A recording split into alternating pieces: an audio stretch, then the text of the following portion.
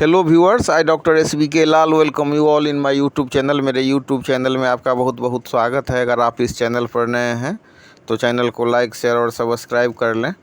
ये जो वीडियो है वो 2 अक्टूबर को जो गांधी जयंती मनाया जाता है और राष्ट्रपिता महात्मा गांधी की जयंती और भारत के द्वितीय प्रधानमंत्री लाल बहादुर शास्त्री की जयंती के रूप में इसको मनाया जाता है। तो 2 अक्टूबर को भारत में गांधी जयंती के रूप में मनाया जाता है 2 अक्टूबर को, और विश्व में अंतर्राष्ट्रीय अहिंसा दिवस के रूप में मनाया जाता है। जैसा कि हम सभी जानते हैं कि गांधी जी का जो हथियार था वो ट्रुथ और नॉन वायलेंस था, सत्य एवं अहिंसा के पुजारी थे। तो ऐसे जो महापुरुष हैं तो उनका जन्मदिन हम मनाते हैं 2 अक्टूबर। आज 2 अक्टूबर का दिन है, बड़ा खुशी है, बड़ा महान। आज के दिन 2 फूल खिले थे, महका महका हिंदुस्तान। तो आज हम दोनों महापुरुषों की जयंती को मनाते हैं। तो महात्मा गांधी का जो पूरा नाम था मोहनदास करमचंद गांधी। जन्म इनका 2 अक्टूबर 1869 ईस्वी को हुआ था। भारतीय स्वतंत्रता आंदोलन एवं भारत के एक प्रमुख राजनीतिक एवं आध्यात्मिक नेता थे। सत्य अहिंसा के पुजारी थे। सत्याग्रह इनका हथियार था और व्यापक सविनय अवज्ञा आंदोलन के माध्यम से अत्याचार के विरुद्ध इन्होंने लड़ा। पूरे विश्व में जनता के अधिकारों एवं स्वतंत्रता के प्रति आंदोलन के लिए प्रेरित किया।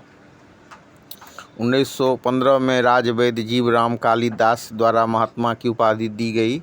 एक अन्य विचार के हिसाब से 1915 में स्वामी श्रद्धानंद के द्वारा उनको ये महात्मा की उपाधि दी गई। वहीं कुछ जो विद्वान लोग हैं उनका मानना है कि नहीं, गुरु रविंद्रनाथ टैगोर द्वारा उनको महात्मा की उपाधि दी गई।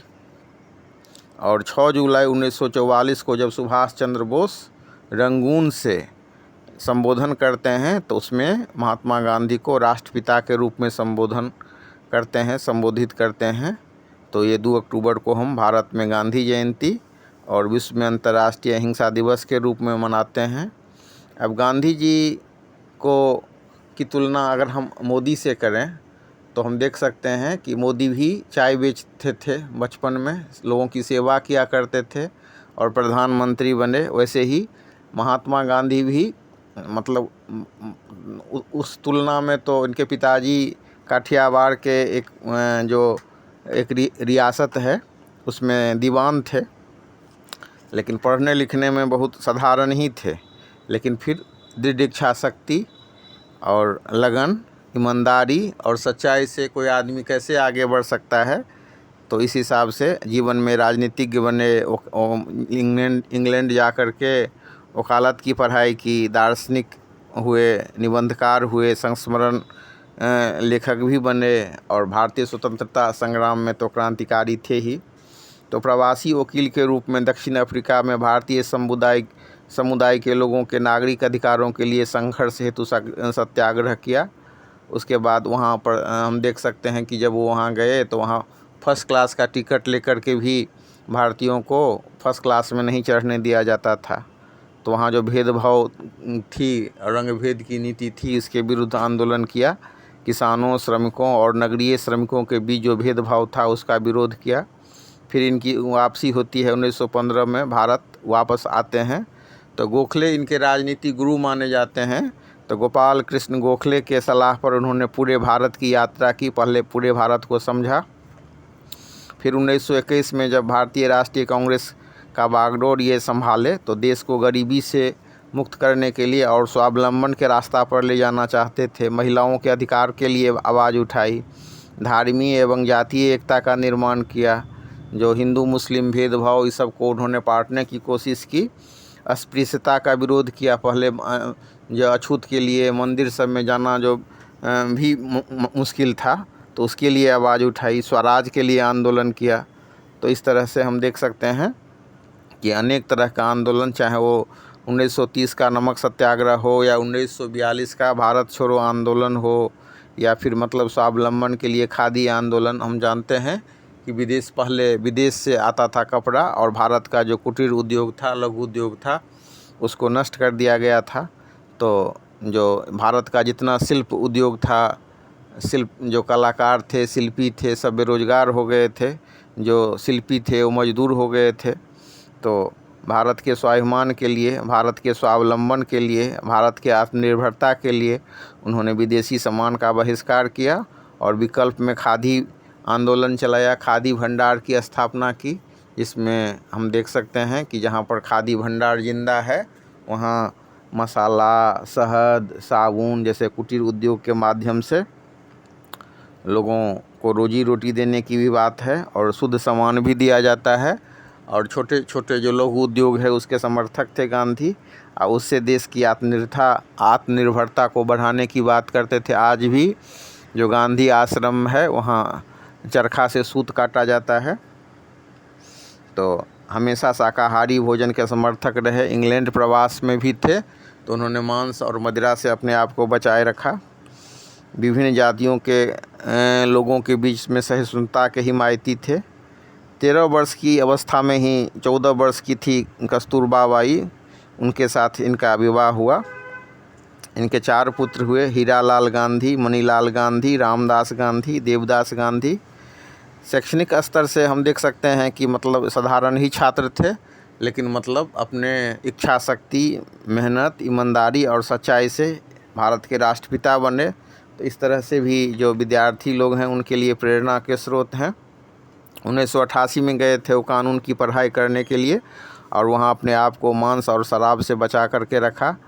उस पहले धर्म सब के बारे में उनका बहुत ज़्यादा अभिरुचि नहीं थी, लेकिन जब वो हिंदू, ईसाई, बौद्ध, इस्लाम ये सब के बारे में अलग अलग धर्म के बारे में अध्ययन किया तो फिर धर्म के बारे में भी इनका ज्ञान बढ़ता गया।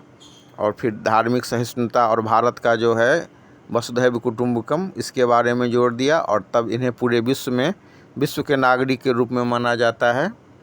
तो जब भारत ये लौटे तो उस समय में जो हाई स्कूल शिक्षक के रूप में आप सोच लीजिए कि हाई स्कूल के शिक्षक के लिए उन्होंने वो भी पार्ट टाइम जॉब के लिए दिया कि हम आवेदन दिया, लेकिन वो अस्वीकार कर दिया गया। तो फिर जो है मुकदमा सबका अर्जी लिखने लगे और फिर अनेक तरह का सत्याग्रह देख सकते हैं। चंपारण सत्याग्रह, खेड़ा सत्याग्रह, नमक आंदोलन, नमक सत्याग्रह, भारत छोड़ो आंदोलन। और उसमें भी जब देखे कि हिंसा हो रही है चौरा चौरी कांड के बाद तो उन्होंने आंदोलन को वापस लिया।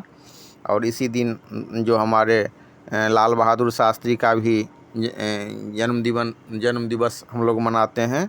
2 अक्टूबर 1904 को मुगल सराय वाराणसी में इनका जन्म हुआ। और मतलब 9 जून 1964 से 11 जनवरी 1966 तक लगभग 18 महीने भारत के प्रधानमंत्री रहे। काशी विद्यापीठ से शास्त्री की उपाधि ली। गरीब परिवार से थे लेकिन गांधी जी के पूरे अनुयायी थे। तो जब परिवहन और पुलिस मंत्री के रूप में जब यूपी में ये पदस्थापित हुए तो भीड़ को नियंत्रित करने के लिए लाठी के जगह उन्होंने पानी के बाछौर की शुरुआत की और परिवहन मंत्री के रूप में महिला कंडक्टरों की नियुक्ति की। 9 जून 1964 को जब भारत के प्रधानमंत्री बने तो उससे पहले भारत जो है चीन के साथ लड़ाई हार चुका था, लेकिन 1965 में जब भारत पाक युद्ध हुआ तो भारत को विजयश्री दिलवाई। सादगी, देशभक्ति और ईमानदारी इनका के पर्याय थे। रेल मंत्री के रूप में जब रेल दुर्घटना हुआ तो रेल मंत्री ही से इस्तीफा दे दिए।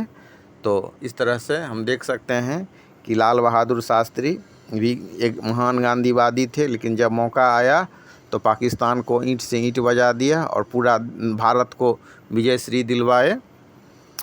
तो हम देख सकते हैं कि गांधी जी को चाहे पटेल हों, नेहरू हों, सुभाष हों, सारे लोगों ने माना। हम जानते हैं ऐसे ऐसे महापुरुष को नमन।